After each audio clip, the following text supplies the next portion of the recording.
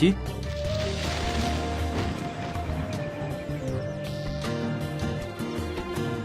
乌云，在沙漠边缘还真是有点少见。此地与别处不同，200余年来，从骆家庄到银辉堡一带，不仅水源丰沛，而且时常会有降水。那住在这附近的人真是幸运。So what is Sword and Fairy 6? I saw this game come up a couple of days ago on the PlayStation Store for $26.99. And I was like, this game looks interesting. It's a new JRPG coming out. Let's look up some reviews. And I could find nothing on YouTube about this game.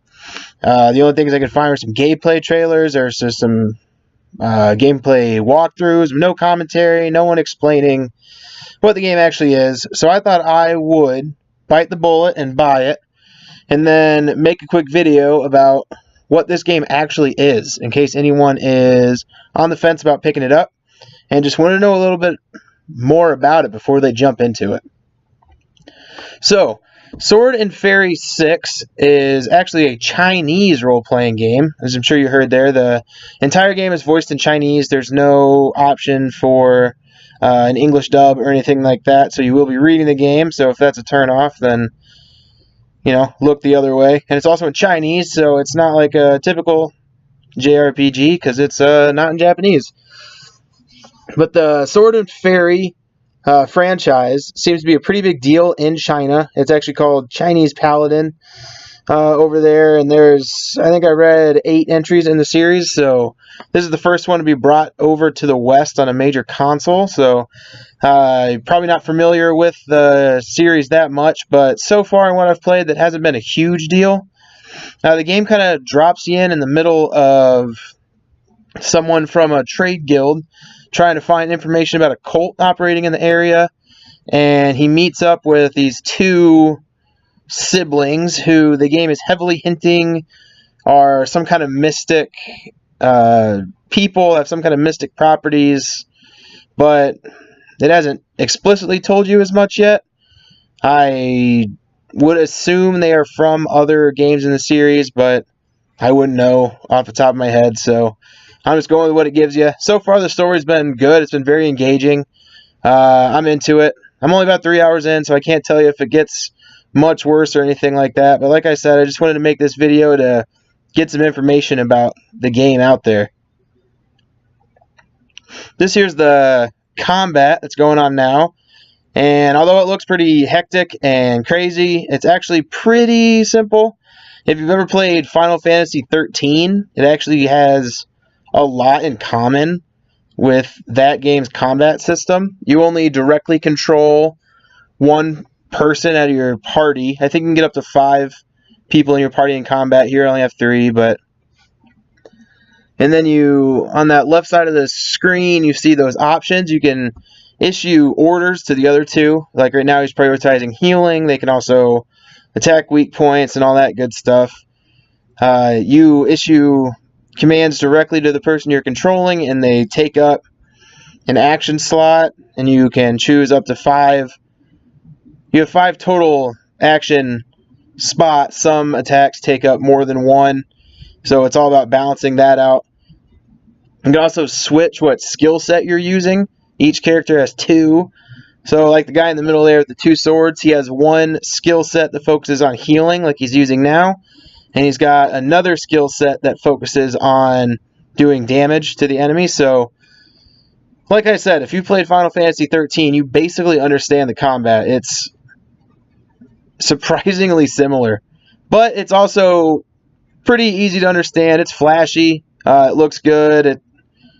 The combat runs pretty well, which I don't know if I can say the same about the rest of the game, but I'll get to that later.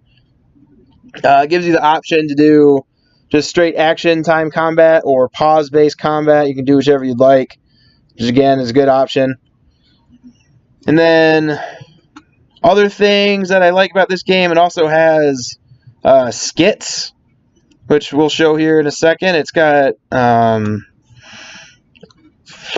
levels, equipment, all the stuff you'd expect from an RPG in 2019, I guess. Although this is a port from a game from 4 years ago or something like that, so not totally up to date.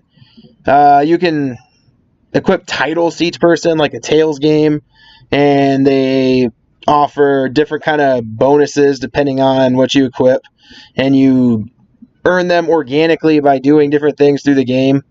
Then you also have this big menu that you go through and fill out like astral star signs of each character right here.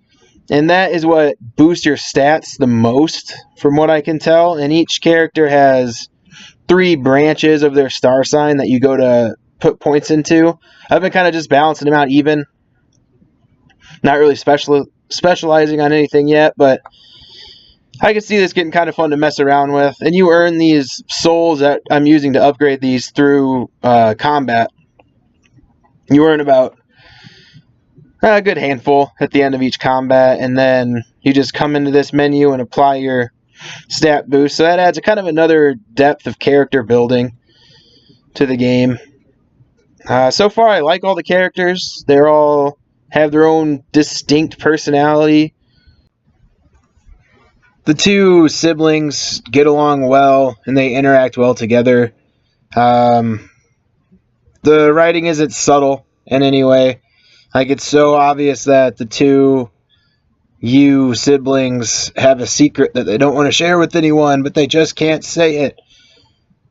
And so, if you're looking for, like, subtle story, I wouldn't do it. Or get into this for that.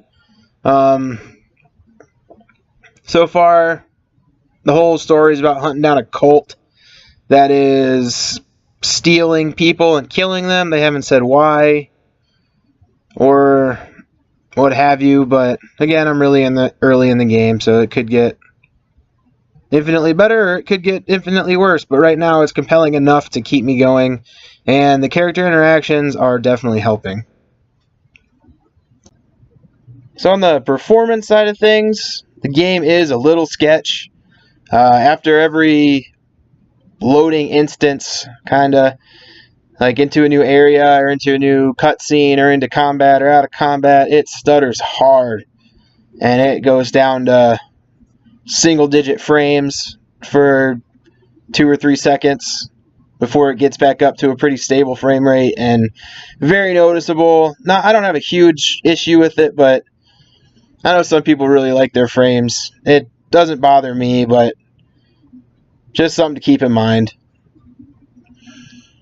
And you can tell that this game, at least in my opinion, is kind of a budget title. So I wouldn't go into it really expecting a full $60 experience, which is good because it's only $28. So you're getting about what you pay for. I'd say overall, I'm definitely interested in this game. I'm definitely going to keep playing it. I am happy that I bought it, and I will be doing a full review for it whenever I get through to the end of the game.